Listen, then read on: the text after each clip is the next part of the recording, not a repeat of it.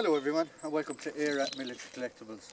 So in today's video we are going to talk about a controversial subject, and I just want to state this now at the start of this video. Under no circumstances whatsoever do I condone or do I support any paramilitary organisation. This is a historical content and a historical question, and we will be using props and stuff for this video. So what are the paramilitaries? The paramilitaries were on both sides of the Troubles. We all know who they are, we all know what they were. And I've been asked about by people from the channel and people that I've met, because they believe that I know a lot about the Troubles. I don't know a lot, I don't know it all, but I do know some things. How did they operate? What was the idea? Did they have uniforms? Things like that. What was their equipment and stuff like that? So, first of all, they did not have any uniform. I've seen people put loadouts and put videos together of stuff like that they wore uniforms. They did not wear uniforms. Their idea was they were a paramilitary organisation. They wanted to blend in with the public as much as possible. So whatever time period, civilian clothes. So I have a vintage army surplus jacket, which was very, very common for the late 70s, early 80s. Vintage pair of bell bottoms and a vintage pair of trainers. That's it. That's all. The idea is to blend in with the public as much as possible. So that was what they looked like. Could you tell them apart? No, you couldn't. Some high profile ones were known to the security forces, other people weren't. They had used to carry out their operations, as they called them, in lots and lots of different ways. The weapons and the armament. So if guys were on the run, or if guys were on operations, or whatever that you want to call it, they would probably be armed with their own personal sidearm. This is a movie prop, YouTube. This is a 1911. 1911s were very, very popular with the Catholic paramilitaries, because they had big support in the States through the Irish League, things like that, and these were being shipped into the country.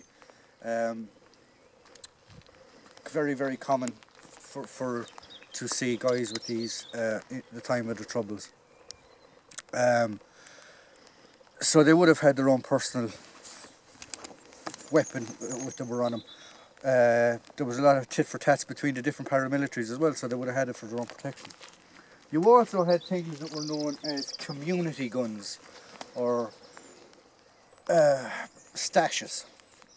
This happened a lot, not so much in rural areas, but definitely in towns and villages such as Belfast, Derry, places like that, where you had areas that the paramilitaries controlled.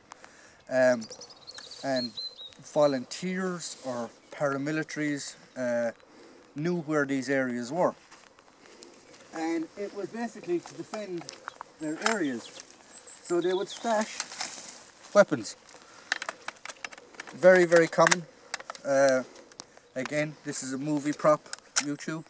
These were stashed in areas that they knew pretty much where they were, that they could use them, grab them. So if you look along the fence, you have brown poles all the way, you get a fresh white pole and then brown poles along. So the paramilitaries would know, the local lads operating in that area, if I need a community gun, there's one by the fresh white post. As I said, they were used for defending against other paramilitaries. They were also used against the security forces. It was a common thing.